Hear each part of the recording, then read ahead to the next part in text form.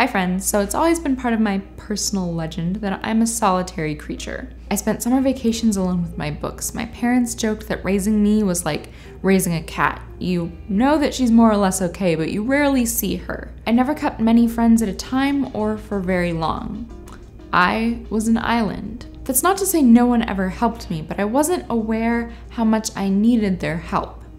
Until I was. When I started my old job, I was 2 days in when they flew us all in from all over the country to New York for our staff retreat.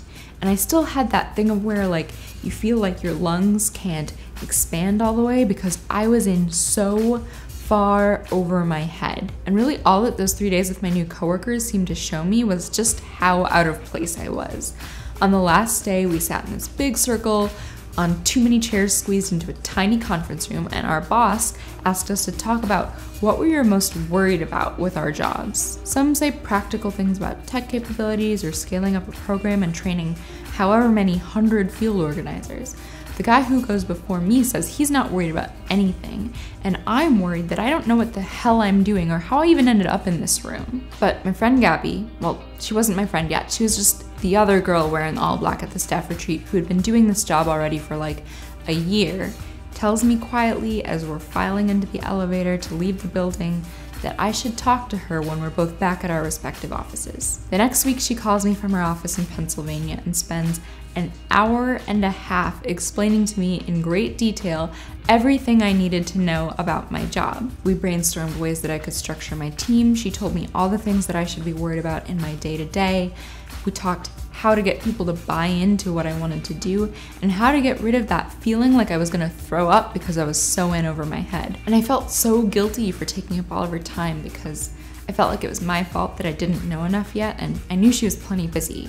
But she said, look, it's okay to be worried because that means you take this seriously.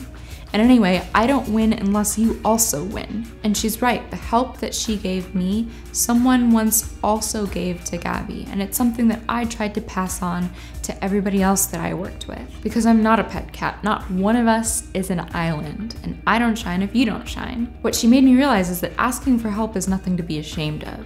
Instead of feeling guilty, you can just be grateful, which gets to the point of this whole video. I'm starting a Patreon.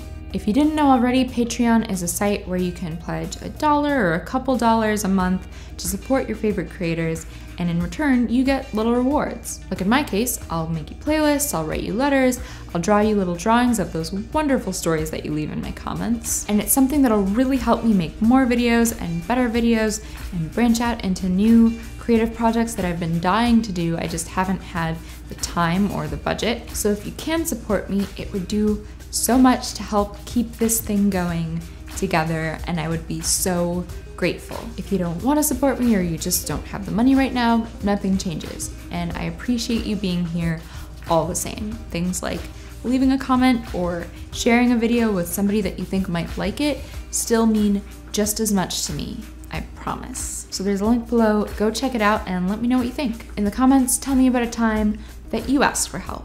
If you like this video, you can subscribe. You can find me anywhere on the internet at ItsRadishTime. And now you can also support me on Patreon. I'll see you next week. Bye.